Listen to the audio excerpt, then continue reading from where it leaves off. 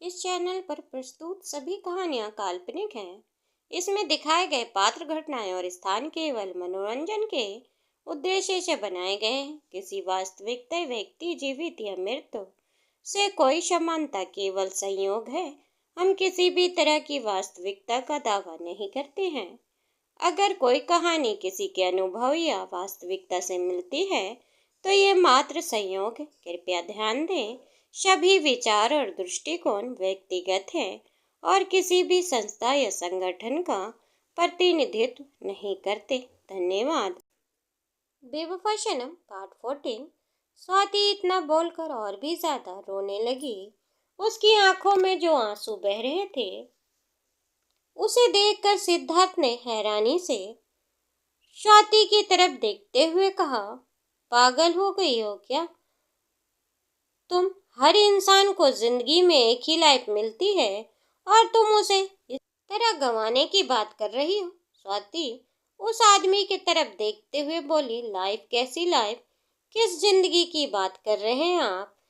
जिस जिंदगी में सिर्फ और सिर्फ गम लिखे हों, ऐसी जिंदगी से तो जिंदगी ना हो तो ज्यादा बेहतर है। इतना बोलकर स्वाति रोने लगी और तभी उसे स्वाति के कंधे को पकड़ते हुए कहा, उठो, बैठो यहाँ, दिखाओ मुझे, तुम्हें लगी तो नहीं? स्वाति इतना बोलकर वो स्वाति के पैरों की तरफ देखने लगा।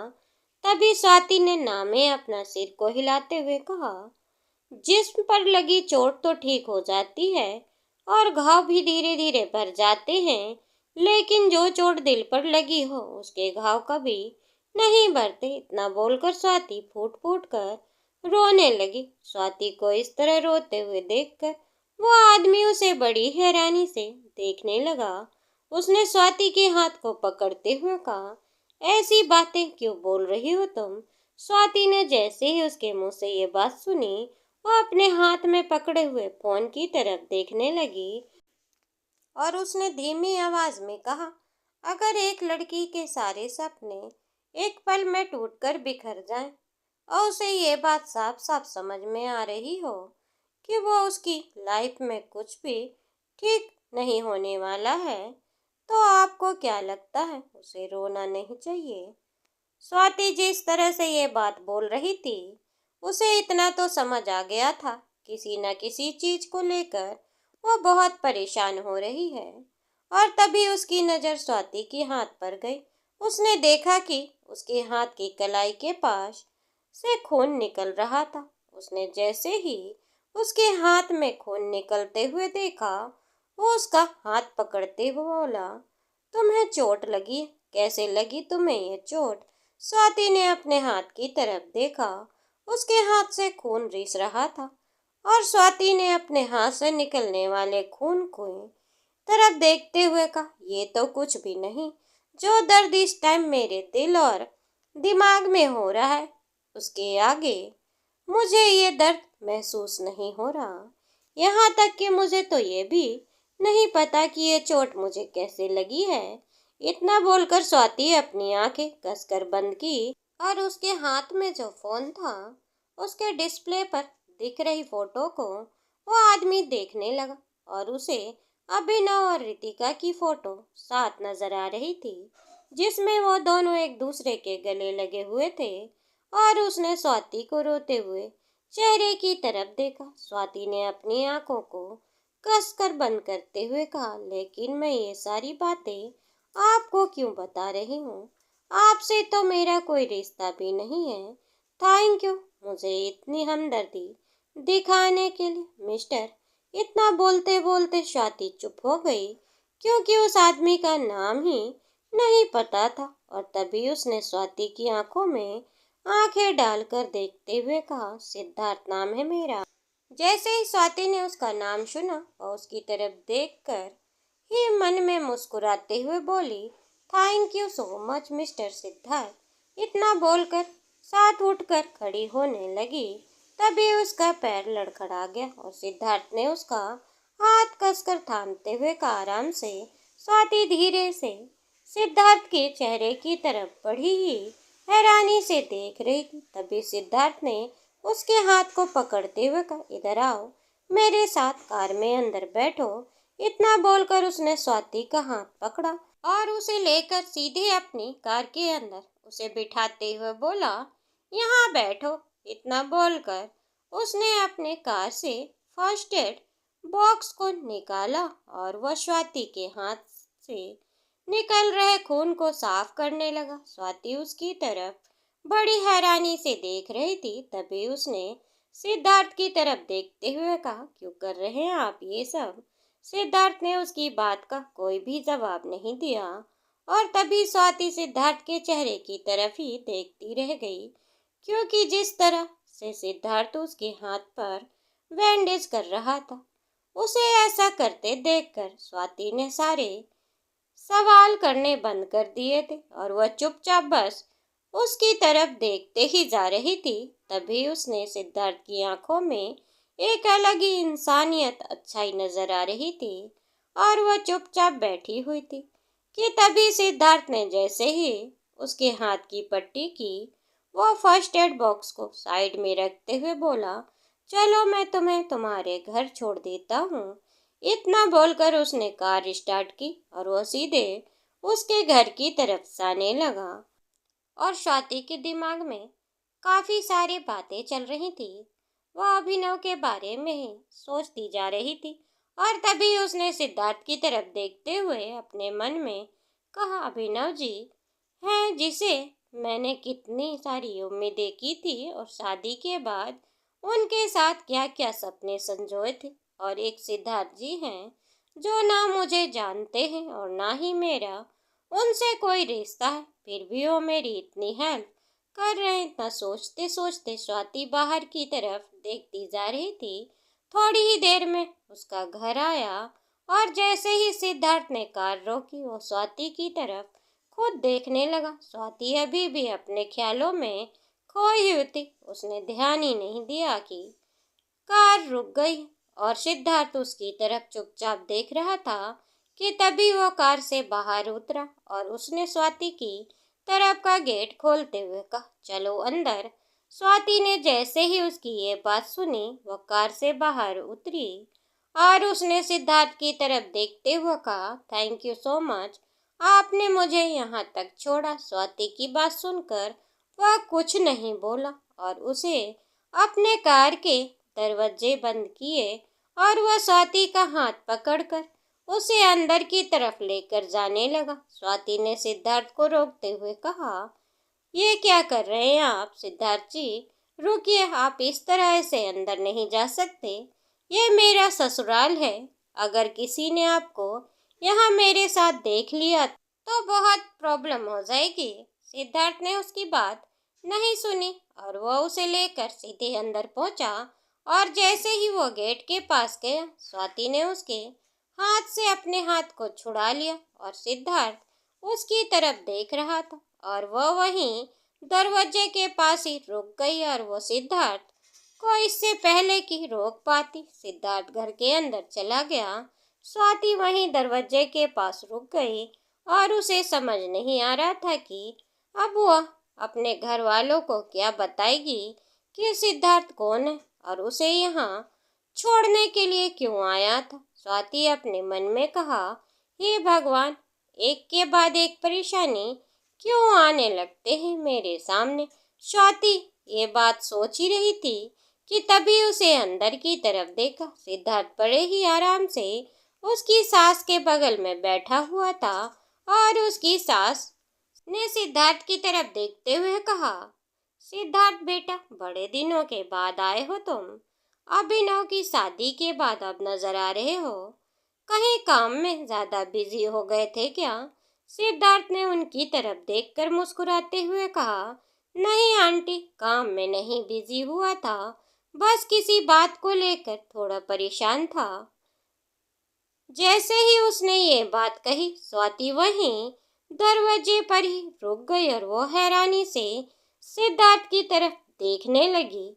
सिद्धार्थ जो अभिनव की मम्मी के साथ बड़े आराम से बैठकर बातें कर रहा था, उसे देखकर ये बात साफ समझ में आ रहा था कि वह उन्हें बहुत अच्छी तरह से जानता है।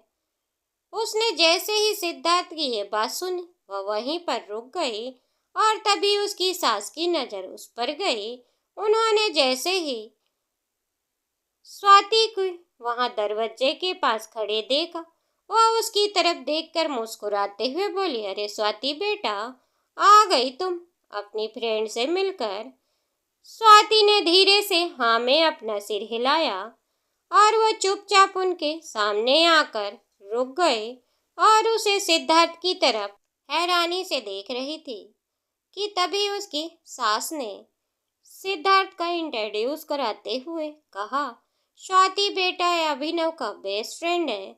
सिद्धार्थ, शादी के टाइम पर भी तुम स्वाति से मिल नहीं पाए थे ना, तो अब मिल लो अपनी भाभी से। जैसे ही सिद्धार्थ ने ये बात सुनी, वह स्वाति की तरफ बड़ी ही शांति से देखने लगा और स्वाति वहीं शांति से खड़ी थी और उसने धीमी आवाज में कहा, सिद्धार्थ जी अभिनव जी के दोस्त हैं। स्वाति ने जैसे ही ये बात सुनी तो मानो जैसे उसके पैरों तले से जमीन ही खिसक गई हो। इस बात पर यकीन ही नहीं हो रहा था और तभी स्वाति की सास ने उसकी तरफ देखते हुए कहा, जाओ बेटा, तुम जाकर फ्रेश हो जाओ, उसके बाद आराम से हम बैठकर बातें करेंगे। स्वाति ने हाँ में सर हिलाया और वह सिद्धार्थ की तरफ हैरानी से देखते हुए सीधे अपने कमरे में चली गई और जैसे ही कमरे में गई, उसने कमरे का दरवाजा बंद किया। सिद्धार्थ ने अभिनव की मम्मी की तरफ देखते हुए कहा, आंटी जी, मुझे आपसे कुछ बहुत इम्पोर्टेंट बात करनी है।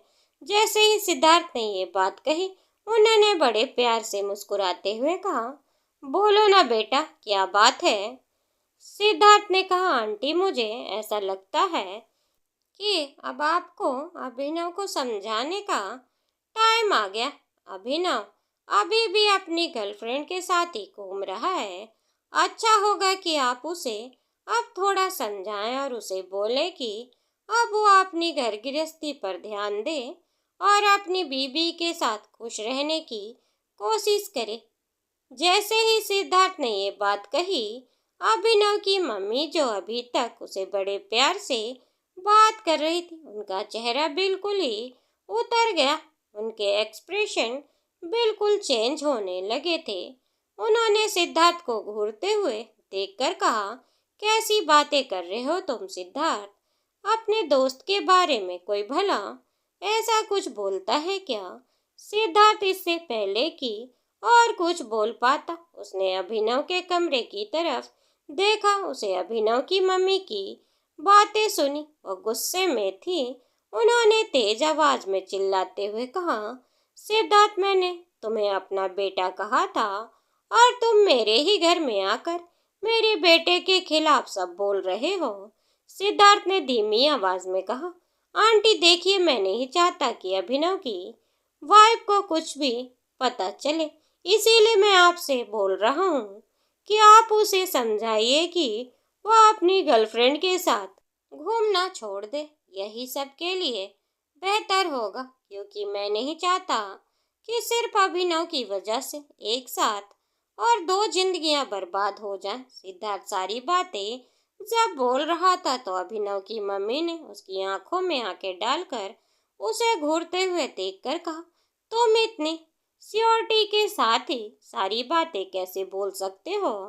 तुम्हें कैसे पता कि अभिनव अपनी किसी गर्लफ्रेंड के साथ ही है? सिद्धार्थ ने उनकी तरफ देखते हुए कहा, आंटी मैं कुछ भी नहीं, बिना सोचे समझे नहीं बोल रहा हूँ। मैं उसकी गर्लफ्रेंड को बहुत अच्छी तरह से जानता हूँ, क्योंकि अभिनव की गर्लफ्रेंड कोई और नहीं बल्कि रितिका। जैसे ही उन्होंने इस बात को सुना, उनकी आंखें हैरानी से चौड़ी हो गई। उन्होंने बिल्कुल शॉक्ड होते हुए कहा, क्या रितिका तुम्हारी बहन? सिद्धार्थ ने धीरे से अपनी पलकें झपकाते हुए कहा, हाँ आंटी, और मैं नहीं चाहता कि शादी के बाद भी अभिनव इस तरह से एक्स्ट्रा मैरिटल अफेयर रखे और वह अपनी बीबी के साथ साथ मेरी बहन की भी जिंदगी बर्बाद कर दे। इसीलिए आप उसे मना करिए कि वह अब रितिका से मिलना जुलना बंद कर दे। जैसे ही सिद्धार्थ अपनी पूरी बात बोलकर चुप हुआ। अभिनव की मम्मी ने तेज आवाज में चिल्लाते हुए कहा, अगर ऐसी बात है तो तुम अपनी बहन को क्यों नहीं समझाते? उससे बोलो कि वह अब एक शादीशुदा आदमी से दूर रहे। और मैं पहले ही अभिनव को समझा चुकी हूँ और अब तुम्हारी बारी है। तुम जाकर अपनी बहन को समझाओ कि अभिनव का पीछा छोड़ दे। और वैसे भी तुम बहुत अच्छी तरह से जानते हो कि लड़कों के मुकाबले लड़कियों को कंट्रोल करना ज़्यादा इजी होता है। और वैसे भी तुम्हारी बहन तो तुम्हारा सारा कहना मानती है ना, तो उसे जाओ और जाकर मना करो और उसे बोलो कि वह अब अभिनव से ना मिले और जितनी जल्दी हो सके अपनी बहन की शादी कर दो। वह अपने आप ही सुधर जाएगी और अभिनव से मिलना बंद कर देगी। जैसे ही सिद्धार्थ ने ये बात कही, उसने उनकी तरफ देखकर उन्हें समझाते हुए कहा, आंटी, आप मेरी बात को गलत समझ रही हैं। सिर्फ रितिका को रोक कर कुछ नहीं कर सकता। अगर मैंने उसे रोक भी लिया तो भी अभिनव बार बार उसे जाकर मिलेगा और वो दोनों ही एक दूसरे से अगर प्यार करते हैं तो मुझे नहीं लगता उनमें से कोई भी पीछे हटेगा। अभिनव की मम्मी ने तेज आवाज में चिल्लाते हुए कहा, तुमने अपने आप से ही ये सारा डिसीजन कैसे ले सकते हो? जाओ, जाकर अपनी बहन को घर से बाहर मत निकलने दो और जल्द से जल्द उसके लिए कोई अच्छा लड़का ढूंढ कर उसकी शादी कराओ। उसे बता दो कि अभिनव की शादी हो गई है और अब उससे दूर रहे। इतना बोलकर बिना कुछ सिद्धार्थ का जवाब सुने सीधे अपने कमरे में चले गई और सिद्धार्थ उनको इस तरह अपने रूम में जाते देखकर अपना सर पकड़ते हुए बोला, ये लोग कैसे हैं? कोई लड़के को कुछ समझाना ही नहीं चाहता और अब शायद मुझे ही कुछ करना होगा, क्योंकि मैं इस तरह से एक साथ 3 लोगों की जिंदगी में बर्बाद होते हुए नहीं देख सकता। सिद्धार्थ इतना कहा और वो घर से बाहर की तरफ जाने लगा और वहीं स्वाति जो अपने कमरे के दरवाजे के पास ही खड़ी थी, उसने ये सारी बातें, सारी कन्वेंशन सुन ली थी।